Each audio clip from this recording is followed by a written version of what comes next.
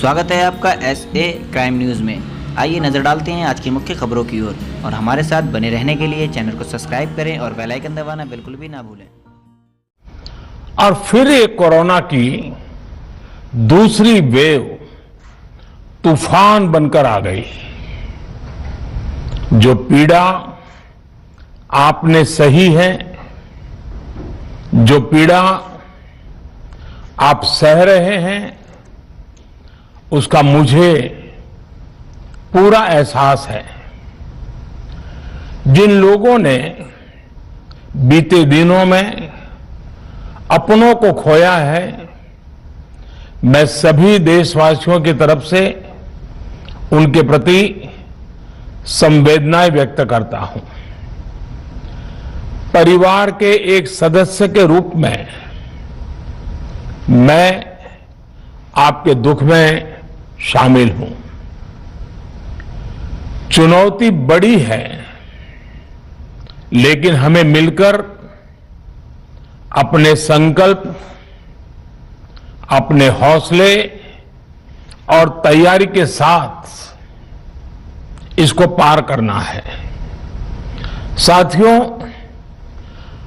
अपनी बात को सामने रखकर आज देश दिन रात काम कर रहा है।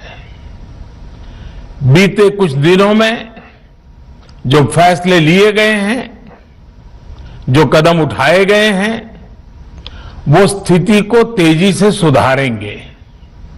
इस बार कोरोना संकट में देश के अनेक हिस्से में ऑक्सीजन की डिमांड बहुत ज्यादा बढ़ी है। इस विषय पर तेजी से और पूरी संवेदनशीलता के साथ काम किया जा रहा है। केंद्र सरकार, राज्य सरकारें, प्राइवेट सेक्टर, सभी की पूरी कोशिश है। उनसे बहुत लंबी चर्चा हुई है। प्रोडक्शन बढ़ाने के लिए हर तरीके से दवाई कंपनियां की मदद ली जा रही है। हम सौभाग्यशाली हैं कि हमारे देश के पास इतना वैक्सीन की अप्रूवल्स और रेगुलेटरी प्रोसेसेस को फास्ट ट्रैक पर रखने के साथ ही सभी साइंटिफिक और रेगुलेटरी मदद को बढ़ाया गया है। लड़ाई में हमें हौसला मिलता है कि हमारे health care workers, frontline corona warriors और सीनियर सिटीजन्स के एक बड़े हिस्से को प्रयास से भी ये है कि आर्थिक गतिविधियां और आजीविका कम से कम प्रभावित हो। प्रयास का तरीका यही रखा जाए। वो अभी से काफी भिन्न थी। तब हमारे पास इस वैश्विक महामारी से लड़ने के लिए कोरोना स्पेसिफिक मेडिकल इंफ्रास्ट्रक्चर नहीं था। आप याद करिए देश की क्या स्थिति थी। कोरोना टेस्टिंग के लिए पर्याप्त लैब नहीं, पीपीई का कोई प्रोडक्शन नहीं, हमारे पास इस बीमारी के ट्रीटमेंट के लिए कोई खास जानकारी भी नहीं। लेकिन बहुत ही कम समय में हमने इन चीजों में सुधार किया। आज हमारे डॉक्टरों ने कोरोना के इलाज की बहुत ही अच्छी कोविड अनुशासन पालन करवाने में मदद करें।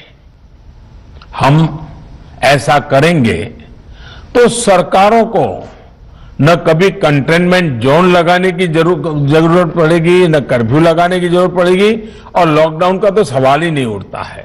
आवश्यकता ही नहीं पड़ेगी।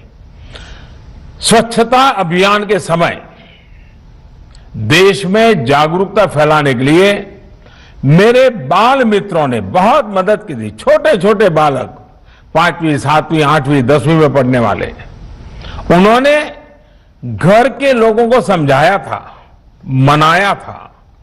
उन्होंने बड़ों को भी स्वच्छता का संदेश दिया था।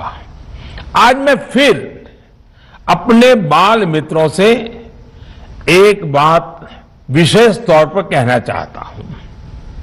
मेरे बाल मित्र, घर में ऐसा माहौल बनाइए, सदा पुरुषोत्तम श्री राम का हम सभी को यही संदेश है कि हम मर्यादाओं का पालन करें।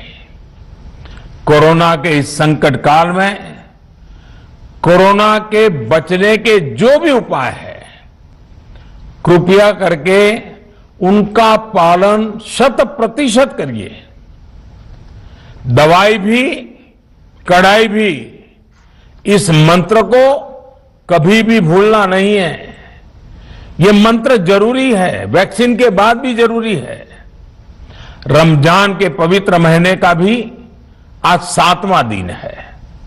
रमजान हमें धैर्य, आत्मसंयम और अनुशासन की सीख देता है।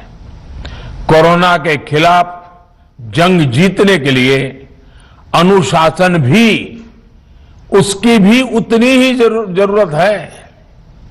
जब जरूरी हो तभी बाहर निकले। कोविड अनुशासन का पूरा पालन करें। मेरा आप सभी से यही आग्रह है। मैं आपको फिर ये भरोसा देता हूं, आपके इस साहस, धैर्य और अनुशासन के साथ जुड़कर आज जो परिस्थितियां हैं, उन्हें बदलने में देश कोई कसर नहीं छोड़ेगा। आप सभी स्वस्थ रहें, आपका परिवार स्वस्थ रहे, इसी कामना के साथ मैं अपनी बात समाप्त करता हूं। आपका बहुत बहुत धन्यवाद।